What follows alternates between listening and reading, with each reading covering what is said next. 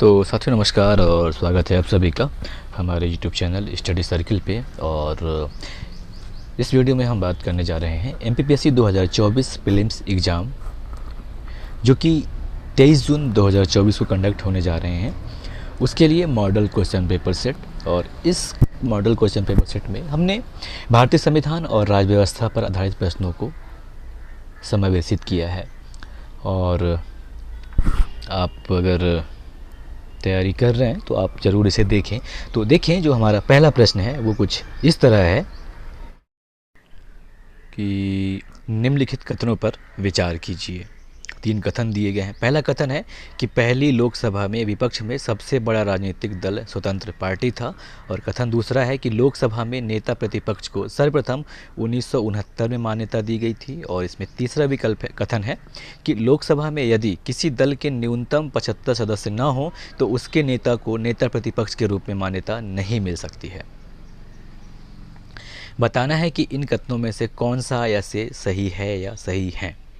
विकल्प दिए हुए हैं 4। पहला है कि केवल 1 और 3, दूसरा विकल्प है केवल 2, और तीसरा विकल्प है कि 2 और 3, और चौथा विकल्प है कि 1 और 2 3, यानी कि ये सभी कथन सही हैं।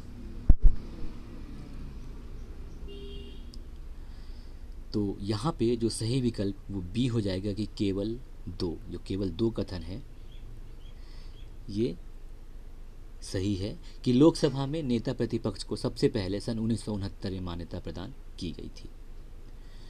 अब थोड़ी सी हम भारत का जो पहला लोकसभा चुनाव है उसके संदर्भ में अगर हम बात करें, क्योंकि अभी हालिया लोकसभा का चुनाव संपन्न हुआ और उसमें मोदी सरकार तीसरी बार बनी और तीसरी बार देश के प्रधानमंत्री बने ये नरेंद्र मोदी, जवाहरलाल नेहरू के बाद। तो बड़ा ऐसे में ये सवाल संभव है कि पूछ ले। तो थोड़ी सी अगर हम देखेंगे, जो पहला लोकसभा चुनाव हुआ था भारत में जो कि सन 1951-52 में संपन्न हुआ था, और जब चुनाव हुआ तो चुनाव के वक्त देश के मुख्य चुनाव आयुक्त जो थे वो सुकुमार सेन थे। इसके अलावा देश में सबसे पहली बार इतने बड़े रूप में चुनाव का आयोजन किया गया था।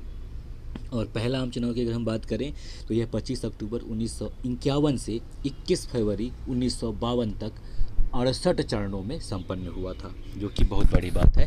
68 चरणों में संपन्न हुआ था। और इस समय जो लोकसभा सीट थी उनकी संख्या 489 यानी कि 489 थी, लेकिन संसदीय क्षेत्र की अगर हम बात करें तो वह 401 ही थी। इसका वजह ये था कि 314 संसदीय क्षेत्र ऐसे थे जहां से एक प्रतिनिधि चुने जाने थे, जबकि 86 संसदीय क्षेत्र ऐसे थे जहां से एक साथ 2 लोगों को सांसद चुना जाना था, जिसमें एक सामान्य वर्ग से होता था और एक SC या ST वर्ग से चुना गया था।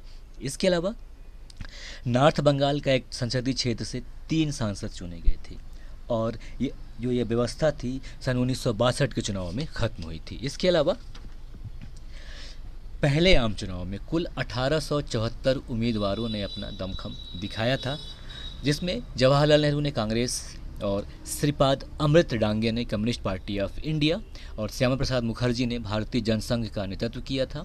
और पहले आम चुनाव में कुल 45.7% लोगों ने अपने मताधिकार का प्रयोग किया था। इसके अलावा अगर हम भारतीय राष्ट्रीय कांग्रेस की बात करें तो कांग्रेस ने 489 सीटों में से 364 सीट प्राप्त कर पहला स्थान प्राप्त किया था। ठीक, तो पहला जो है कि पहली लोकसभा में विपक्ष में सबसे बड़ा राजनीतिक दल स्वतंत्र पार्टी था, ये कथन यहाँ पे गलत है। खैर, इससे गलत नहीं हुआ। बताया आपको कि कांग्रेस ने 489 सीटों में से 364 सीट प्राप्त करके प्रथम स्थान प्राप्त किया, और दूसरे नंबर पर CPI यानी कि कम्युनिस्ट पार्टी ऑफ इंडिया, जिससे कि श्रीपाद अमृत डांगे ने नेतृत्व किया था, ये रही दूसरे नंबर पर, जिसने 16 सीटों पर विजय प्राप्त की थी। और 12 सीटों के साथ सोशलिस्ट पार्टी तीसरे स्थान पर रही। इसके अलावा सोशलिस्ट पार्टी को आचार्य नरेंद्र देव, JP एवं राम मनोहर लोहिया के द्वारा नेतृत्व किया गया था प्रथम आम चुनाव में। इसके अलावा किसान मजदूर प्रजा पार्टी, हिंदू महासभा, भारतीय जनसंघ एवं रिवोल्यूशनरी सोशलिस्ट पार्टी ने भी चुनाव लड़ा था। और लोकसभा में विपक्ष के नेता की अगर हम बात करें तो जो लोकसभा में विपक्ष का नेता होता है ये सबसे बड़े राजनीतिक दल का संसदीय अध्यक्ष होता है, जो कि सरकार में तो नहीं होता है, लेकिन शर्त यह है कि उस राजनीतिक दल के पास लोकसभा में कम से कम 10% सीट हो। यानी कि अभी 542 है तो 452 होना चाहिए, सॉरी 542 है तो भी 55 सीट होने चाहिए। शर्त यह है कि उस राजनीतिक दल के पास लोकसभा में कम से कम 10% सीट हो। और विपक्ष के नेता की अगर हम बात करें तो जो संसद में विपक्ष का नेता होता है यह एक बहुत ही महत्वपूर्ण पद रखता है और चुनी हुई सरकार द्वारा जो प्रस्ताव लाए जाते हैं उन पर अपना दृष्टिकोण देता है। इसके अलावा विपक्ष के नेता का मुख्य उद्देश्य ये होता है कि सत्तारूढ़ सरकार को जवाबदेह बनाए, यानी कि वो उसके किसी भी नीति का या तो आलोचना करे या उसके साथ है। आलोचना करने का मतलब ये है कि उसमें कुछ कमियाँ हैं तो जिससे जो सरकार है, जो सत्तारूढ़ सरकार है, वह उसमें सुधार करे। और आधिकारिक रूप से अगर हम नेता प्रतिपक्ष की बात करें तो सबसे पहले वर्ष 1969 में मान्यता प्रदान की गई थी। हालांकि वर्ष 1977 में इसे वैधानिक मान्यता प्रदान की गई। तो सबसे पहले जो मान्यता प्रदान की गई सन 1969 में मान्यता प्रदान की गई, लेकिन वैधानिक मान्यता अगर पूछ देता है कहीं पे तो वैधानिक मान्यता जो है सन 1977 में प्रदान किया गया। ठीक है, अब देखेंगे प्रश्न नंबर दूसरा जो है। प्रश्न नंबर दूसरा है कि राष्ट्रीय हरित अधिकरण यानी कि एनजीटी किस प्रकार से केंद्रीय प्रदूषण नियंत्रण बोर्ड या सीपीसीबी से भिन्न है। दो कथन है। पहला है कि एनजीटी का गठन एक अधिनियम द्वारा किया गया है जबकि सीपीसीबी का गठन सरकार के कार्यपालक आदेश से किया गया है। और दूसरा कथन है कि एनजीटी जो है पर्यावरणीय न्याय उपलब्ध कराता है और उच्चतर न्यायालयों में मुकदमे के भार को कम करने में सहायता करता है, जबकि सीपीसीबी जो है ये झरनों और कुओं की सफाई को प्रोत्साहित करता है एवं देश में वायु की गुणवत्ता में सुधार लाने का लक्ष्य रखता है। अब हमको बताना है कि इनमें से कौन से कथन सही है या सही हैं। विकल्प है कि केवल एक, बी है केवल दो, और सी है कि एक और दो दोनों, और डी है कि न तो एक और न ही दो। तो यहाँ पे सही विकल्प सी हो जाएगा कि एक और दो दोनों कथन जो हैं ये सत्य हैं कि एनजीटी का गठन जो है एक अधिनियम द्वारा किया गया है जबकि सीपीसीबी का गठन जो है सरकार के कार्यपालक आदेश से किया गया है। इसके अलावा जो एनजीटी है ये पर्यावरणीय न्याय उपलब्ध कराता है, ठीक है, और उच्चतम न्यायालय में जो मुकदमे होते हैं उनके भार को कम करने के लिए में सहायता करता है, जबकि सीपीसीबी की बात करें तो ये झरनों और कुओं की सफाई को प्रोत्साहित करता है और देश में वायु की गुणवत्ता में सुधार लाने का लक्ष्य भी रखता है। तो यहाँ पे जो दोनों कथन हैं वो दोनों सही हैं। अब थोड़ी सी हम अगर अब एनजीटी की अगर हम बात कर लें तो नेशनल ग्रीन ट्रिब्यूनल यानी कि राष्ट्रीय हरित अधिकरण, जो कि इसे 18 अक्टूबर 2010 को राष्ट्रीय हरित अधिकरण अधिनियम 2010 के द्वारा इसकी स्थापना की गई थी। और एनजीटी की स्थापना के साथ साथ भारत एक ऐसा विशेष पर्यावरण न्यायाधिकरण स्थापित करने वाला दुनिया का तीसरा देश बन गया। और विकासशील देश की अगर हम बात करें तो भारत इस संदर्भ में पहला विकासशील देश बना जहां पे एनजीटी की स्थापना की गई। इससे पहले केवल ऑस्ट्रेलिया और न्यूजीलैंड में ही किसी ऐसे निकाय की स्थापना की गई थी। और ये जो एनजीटी है तो इसकी स्थापना का मुख्य उद्देश्य ये था कि जो पर्यावरण संबंधी मुद्दे हैं उनको तेज़ी से निपटान किया जाए, जिससे देश की अदालतों में जो मुकदमे लगे हैं उनके जो उस पर जो बोझ हैं उसको कम किया जा सके। इसके अलावा एनजीटी की हम संरचना की बात करें तो ऐसा है कि सबसे पहले इसका हम देख लें मुख्यालय अगर, तो एनजीटी का मुख्यालय जो है दिल्ली में है, जबकि इसके 4 क्षेत्रीय कार्यालय हैं जो कि भोपाल में, पुणे में, कोलकाता और चेन्नई में स्थित हैं। इसके अलावा एनजीटी अधिनियम के अनुसार एनजीटी के लिए यह अनिवार्य है कि उसके पास आने वाले जो पर्यावरण संबंधी मुद्दे हैं उनका निपटारा 6 महीनों के भीतर हो जाना चाहिए। अब थोड़ी सी हम इसकी संरचना देख लें और इसकी शक्तियां और अधिकार क्षेत्र, साथ ही साथ इसके महत्व को देखेंगे। तो एनजीटी की संरचना की अगर हम बात करें तो एनजीटी में अध्यक्ष होते हैं, न्यायिक सदस्य और विशेषज्ञ सदस्य शामिल होते हैं। इसके अलावा ये 3 वर्ष की अवधि या 65 वर्ष की आयु जो भी पहले हो तब तक पद पर बने रहने और पुनर्नियुक्त तक बने रहते हैं और इनके पास पुनर्नियुक्ति का पात्रता नहीं होता। इसके अलावा जो एनजीटी के अध्यक्ष होते हैं इनकी नियुक्ति जो है भारत के मुख्य न्यायाधीश के परामर्श से केंद्र सरकार के द्वारा किया जाता है। इसके अलावा न्यायिक और विशेषज्ञ सदस्यों की जो नियुक्ति होती है इसके लिए केंद्र सरकार के द्वारा एक चयन समिति बनाई जाती है। साथ ही साथ यह भी आवश्यक है कि अधिकरण में कम से कम 10 और अधिकतम 20 पूर्णकालिक न्यायिक सदस्य एवं विशेषज्ञ सदस्य शामिल हों। अब एनजीटी की हम शक्तियां और अधिकार क्षेत्र की अगर हम बात करें तो जो अधिकरण का न्याय क्षेत्र है बहुत ही विस्तृत है और यह उन सभी मामलों की सुनवाई कर सकता है जिसमें प्रत्यक्ष या अप्रत्यक्ष रूप से पर्यावरण शामिल हो। और इसमें पर्यावरण से संबंधित कानूनों जो ये एनजीटी है इसके पास पर्यावरण से संबंधित कानूनी अधिकारों को लागू करना भी शामिल है। इसके अलावा अक्टूबर 2021 में सर्वोच्च न्यायालय ने एनजीटी यानी कि नेशनल ग्रीन ट्रिब्यूनल को एक विशिष्ट मंच के रूप में घोषित करते हुए कहा कि यह देश भर में पर्यावरणीय मुद्दों को उठाने हेतु स्वतः संज्ञान या सुमोटो लेने की शक्तियों से भी संपन्न है। यानी कि एनजीटी चाहे तो किसी मामले में खुद ही संज्ञान ले सकता है। इसके अलावा जो एनजीटी है यह एक वैधानिक निकाय होने के कारण एनजीटी के पास अपीली क्षेत्राधिकार भी है और इसी के तहत वह सुनवाई कर सकता है। तो ध्यान दीजिएगा कि जो एनजीटी है इसके पास अपीलीय क्षेत्राधिकार है। इसके अलावा नागरिक प्रक्रिया संहिता यानी कि CPC, code of civil procedure 1908 में उल्लेखित न्यायिक प्रक्रिया का पालन करने के लिए एनजीटी बाध्य नहीं है। यानी कि सिविल टाइप के मामले यहाँ के मामलों को देखने के लिए जो एनजीटी है यह बाध्य नहीं है। इसके अलावा किसी भी आदेश, निर्णय या अधिनिर्णय को देते समय एनजीटी के लिए आवश्यक है कि एनजीटी उस पर सतत विकास यानी कि सस्टेनेबल डेवलपमेंट, निवारक और प्रदूषक भुगतान आदि सिद्धांत लागू करे। यानी कि अगर चाहे एनजीटी तो किसी पर जुर्माना वगैरह भी लगा सकता है। और अधिकरण की अगर हम बात करें तो यह अपने आदेश के अनुसार पर्यावरणीय प्रदूषण या किसी अन्य पर्यावरणीय क्षति के पीड़ितों को क्षतिपूर्ति प्रदान कर सकता है।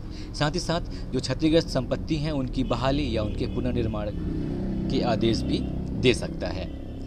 और जो एनजीटी आदेश देता है तो इस आदेश को या निर्णय को या अधिनिर्णय का जो निष्पादन है यह एक न्यायालय के आदेश के रूप में करना पड़ता है। साथ ही साथ अगर एनजीटी के अधिनियम में जो नियम है उनका अगर पालन नहीं किया जाता है तो उसके लिए दंड का प्रावधान भी किया गया है। इसके अलावा एक निश्चित समय के लिए कारावास जिसे अधिकतम 3 वर्षों के लिए बढ़ाया जा सकता है और निश्चित आर्थिक दंड भी है जिसे 10 करोड़ रुपए तक बढ़ाया जा सकता है। यानी कि कारावास और आर्थिक दंड दोनों ही प्रकार के दंड जो है एनजीटी के द्वारा दिया जा सकता है। इसके अलावा जो एनजीटी के द्वारा जो आदेश दिए जाते हैं या जो निर्णय दिए जाते हैं या अधिनिर्णय दिए जाते हैं उनके विरुद्ध आप सर्वोच्च न्यायालय में 90 दिनों के भीतर अपील की जा सकती है। अगर 90 दिन बीत गया तो नहीं कर सकते।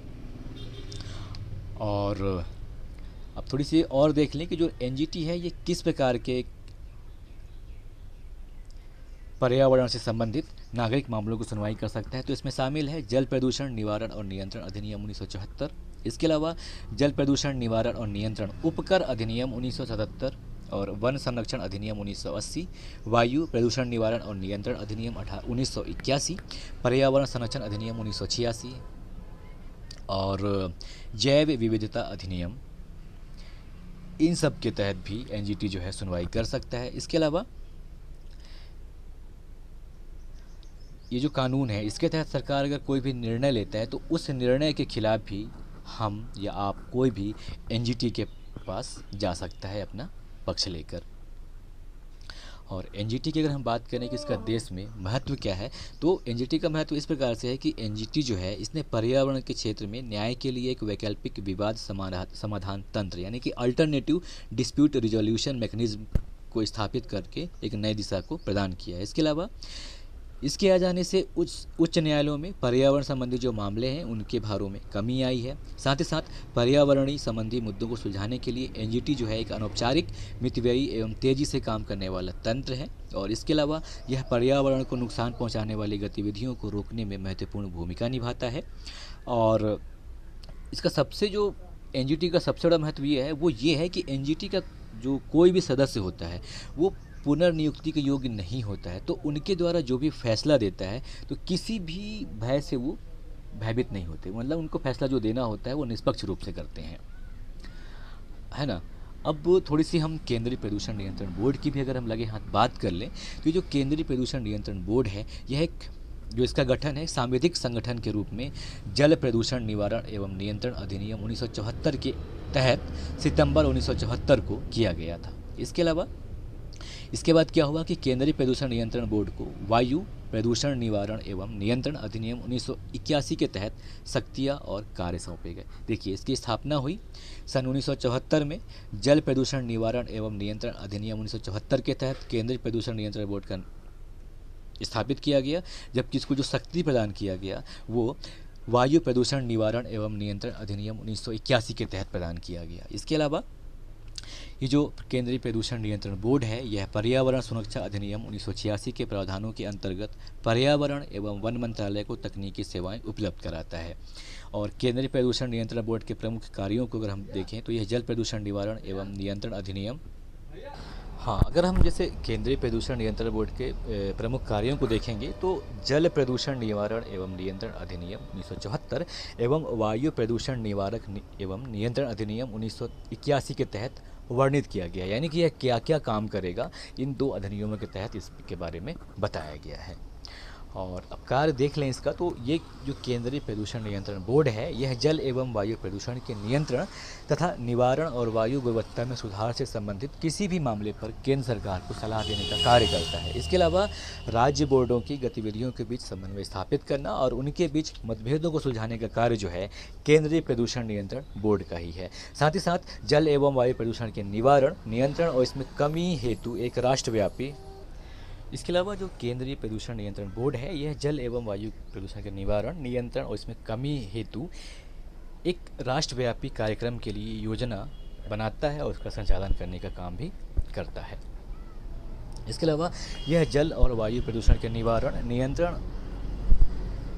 और इसमें कमी लाने में कार्य करने में जो कर्मी लगे होते हैं उनके लिए प्रशिक्षण की योजना और प्रशिक्षण का आयोजन करने का कार्य करता है। इसके अलावा जल और वायु प्रदूषण से संबंधित तकनीकी आंकड़े एकत्रित करने का काम करता है, संग्रहण करता है, उसको प्रकाशित कराता है और जल और वायु प्रदूषण के प्रभावी निवारण, नियंत्रण या इसमें कमी के लिए उपाय करने का भी काम करता है। तो ये हो गया है ना प्रश्न नंबर 2 की बात। अब हम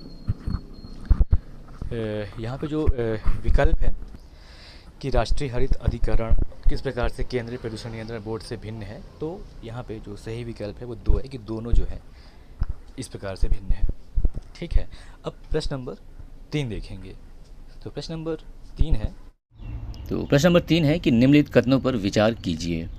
भारत की संसद किसी कानून विशेष को भारत के संविधान की 9वीं अनुसूची में डाल सकती है। और दूसरा है कि 9वीं अनुसूची में डाले गए किसी कानून की वैधता का परीक्षण किसी न्यायालय द्वारा नहीं किया जा सकता एवं उसके ऊपर कोई भी निर्णय नहीं किया जा सकता है।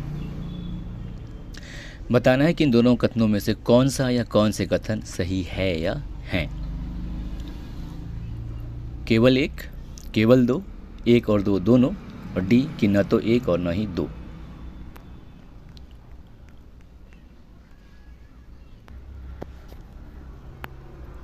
तो यहाँ पे थोड़ी सी अगर हम 9वीं अनुसूची की अगर हम बात करें तो 9वीं अनुसूची में केंद्रीय और राज्य कानूनों की एक ऐसी सूची है जिसे न्यायालयों में चुनौती नहीं दी जा सकती है, जिसे संविधान संशोधन प्रथम संशोधन अधिनियम 1951 के द्वारा जोड़ा गया था। यानी कि सन 1951 में प्रथम संविधान संशोधन के द्वारा ही 9वीं अनुसूची को जोड़ा गया था। और पहले संशोधन में अनुसूची में 13 कानूनों को जोड़ा गया था और बाद के विभिन्न संशोधनों सहित वर्तमान में जो संरक्षित कानून है उनकी संख्या जो है 284 हो गई है। इसके अलावा ये जो अनुच्छेद है 31B के तहत बनाया गया था, जिससे अनुच्छेद 31A के साथ सरकार द्वारा कृषि सुधार से संबंधित कानूनों की रक्षा करने और जमींदारी प्रथा को समाप्त करने के लिए लाया गया था। और ये जो अनुच्छेद 31A है ये कानून के उपबंधों को सुरक्षा प्रदान करता है, जबकि अनुच्छेद 31B जो है ये कानून विशिष्ट कानूनों या अधिनियमों को सुरक्षा प्रदान करता है। इसके अलावा अनुसूची के तहत जो अनुसूची है जो संरक्षित अधिकांश कानून है ये कृषि या भूमि के मुद्दों से संबंधित हैं। इसके अलावा जो 9वीं अनुसूची है इसमें अन्य विषय भी शामिल हैं। और अनुच्छेद 31B में एक पूर्वव्यापी संचालन भी है, जिसका मतलब ये है कि यदि कानूनों को असंवैधानिक घोषित किए जाने के बाद 9वीं अनुसूची में शामिल किया जाता है तो उन्हें उनकी स्थापना के बाद से अनुसूची में माना जाता है, अतः उन्हें वैध माना जाता है। तो यहाँ पे जो सही विकल्प होगा प्रश्न का वो होगा केवल 1। ठीक है, और इस तथ्य के बावजूद कि अनुच्छेद 31B न्यायिक समीक्षा से बाहर है, सर्वोच्च न्यायालय ने पहले ही कहा है कि 9वीं अनुसूची में सूचीबद्ध कानून भी समीक्षा के अधीन होंगे यदि वह मौलिक अधिकारों या संविधान के मौलिक सिद्धांतों का उल्लंघन करते हैं।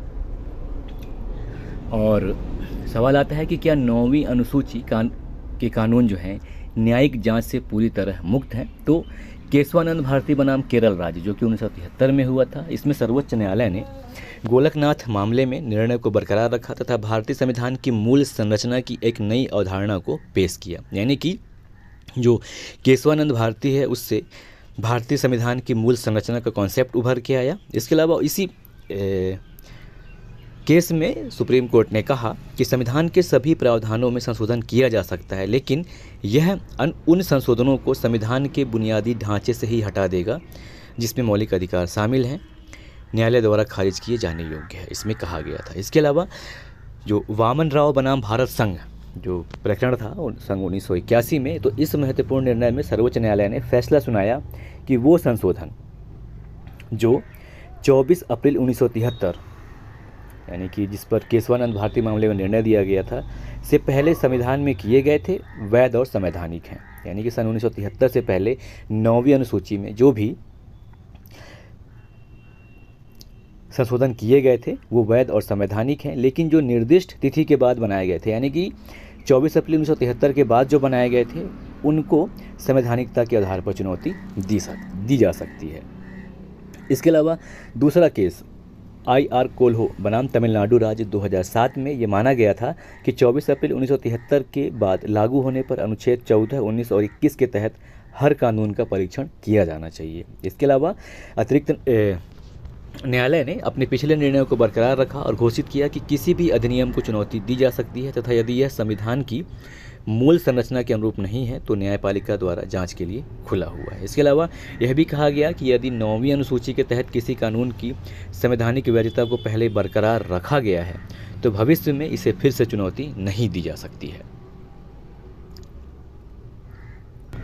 तो प्रश्न नंबर 3 का जो सही विकल्प होगा केवल 1 होगा। ठीक है, अब प्रश्न नंबर 4 देखें। प्रश्न नंबर 4 है कि भारत की संसद के संदर्भ में निम्नलिखित कथनों में से कौन सी संसदीय समिति इसकी समीक्षा करती है और सदन को सूचित करती है कि जो विनिमय, नियम, उपनियम, उपविधि आदि बनाने की शक्तियां संविधान द्वारा प्रदत्त हैं या सदन द्वारा प्रत्यायोजित हैं, उनका कार्यपालिका द्वारा इन प्रत्यायोजनों की परिधि के भीतर उचित प्रयोग हो रहा है।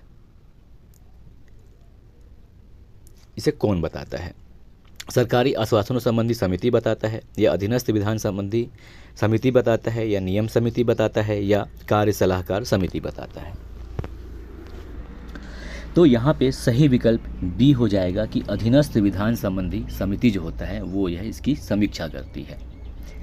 ठीक है, और प्रश्न नंबर 5 देखेंगे। तो प्रश्न नंबर 5 है कि अंतर्राष्ट्रीय श्रम संगठन के 138, 100 एवं 182 अभिसमय किससे संबंधित हैं?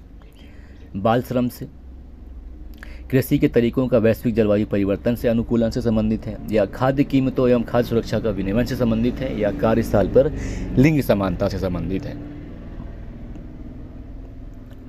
तो यहाँ पे सही विकल्प ए हो जाएगा कि ये जो अंतर्राष्ट्रीय श्रम संगठन का 138, 182 अभिसमय है ये बाल श्रम से संबंधित है। और प्रश्न नंबर 6 देखेंगे। प्रश्न नंबर 6 है कि धन विधेयक के संदर्भ में निम्नलिखित में से कौन सा कथन सही नहीं है? पहला कथन है कि किसी बिल या विधेयक को धन विधेयक तब माना जाएगा जब इसमें केवल किसी कर के अधिरोपण, उन्मूलन, माफी, परिवर्तन या विनियमन से संबंधित प्रावधान हो। या बी विकल्प है कि धन विधेयक में भारत की संचित निधि एवं भारत की आकस्मिकता निधि की अभिरक्षा से संबंधित उपबंध होते हैं। सी विकल्प है कि धन विधेयक भारत की आकस्मिकता निधि से धन के विनियोजन से संबंधित होता है। और डी है कि धन विधेयक भारत सरकार द्वारा धन के उधार लेने या कोई प्रत्याभूति देने के विनियमन से संबंधित होता है।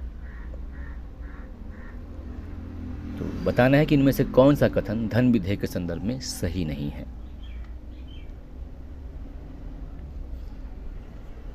तो यहाँ पे सही विकल्प डी हो जाएगा कि धन विधेयक भारत सरकार द्वारा धन के उधार लेने या कोई प्रत्याभूति देने के विनियमन से संबंधित होता है। ये कथन सत्य नहीं है।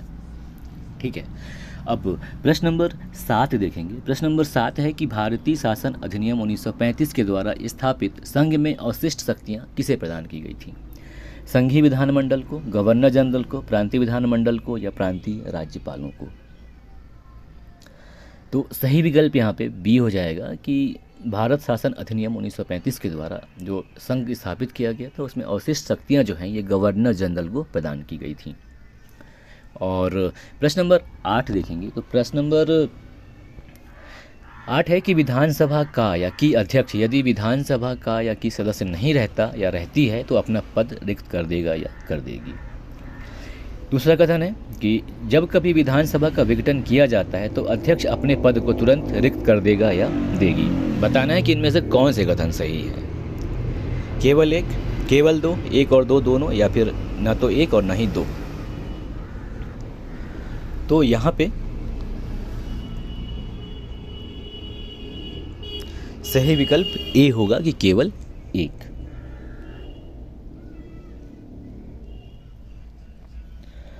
और देखिए, जब कभी भी विधानसभा का विघटन किया जाता है तो विधानसभा विघटित होने के उपरांत नई विधानसभा की पहली बैठक के ठीक पहले तक अध्यक्ष जो है अपने पद पर बने रहते हैं विधानसभा के। ठीक है, अब प्रश्न नंबर 9 देखेंगे। प्रश्न नंबर 9 है कि निम्नलिखित में से किनको विधि के शासन के प्रमुख लक्षणों के रूप में माना जाएगा। शक्तियों का परिसीमन, विधि के समक्ष समता, सरकार के प्रति जन उत्तरदायित्व, स्वतंत्रता और नागरिक अधिकार। नीचे दिए गए कूट का प्रयोग कर सही उत्तर चुनना है आपको। केवल 1 और 3, केवल 2 और 4, केवल 1, 2 और 4, या 1, 2, 3 और 4। तो यहाँ पे सही विकल्प 1, 2 और 4 हो जाएगा, यानी कि सी विकल्प यहाँ पे सही है। और 10वें नंबर प्रश्न को देखेंगे तो प्रश्न नंबर 10 है कि यदि भारत का राष्ट्रपति संविधान के अनुच्छेद 356 के अधीन यथा उपबंधित अपनी शक्तियों का किसी विशेष राज्य के संबंध में प्रयोग करता है तो परिणाम में क्या होगा। पहला कि उस राज्य की विधानसभा स्वतः भंग हो जाती है, या बी है कि उस राज्य के विधानमंडल की शक्तियां जो हैं संसद द्वारा या उसके प्राधिकार के अधीन प्रयोज्य होंगी, या उस राज्य में अनुच्छेद 19 निलंबित हो जाता है, या उस राष्ट्रपति उस राज्य से संबंधित विधियां बना सकता है। बताना है कि इनमें से क्या सही होगा। तो यहाँ पे सही विकल्प बी हो जाएगा कि उस राज्य के विधानमंडल की शक्तियां जो हैं संसद द्वारा या उसके प्राधिकार के अधीन प्रयोज्य होंगी। सही विकल्प बी।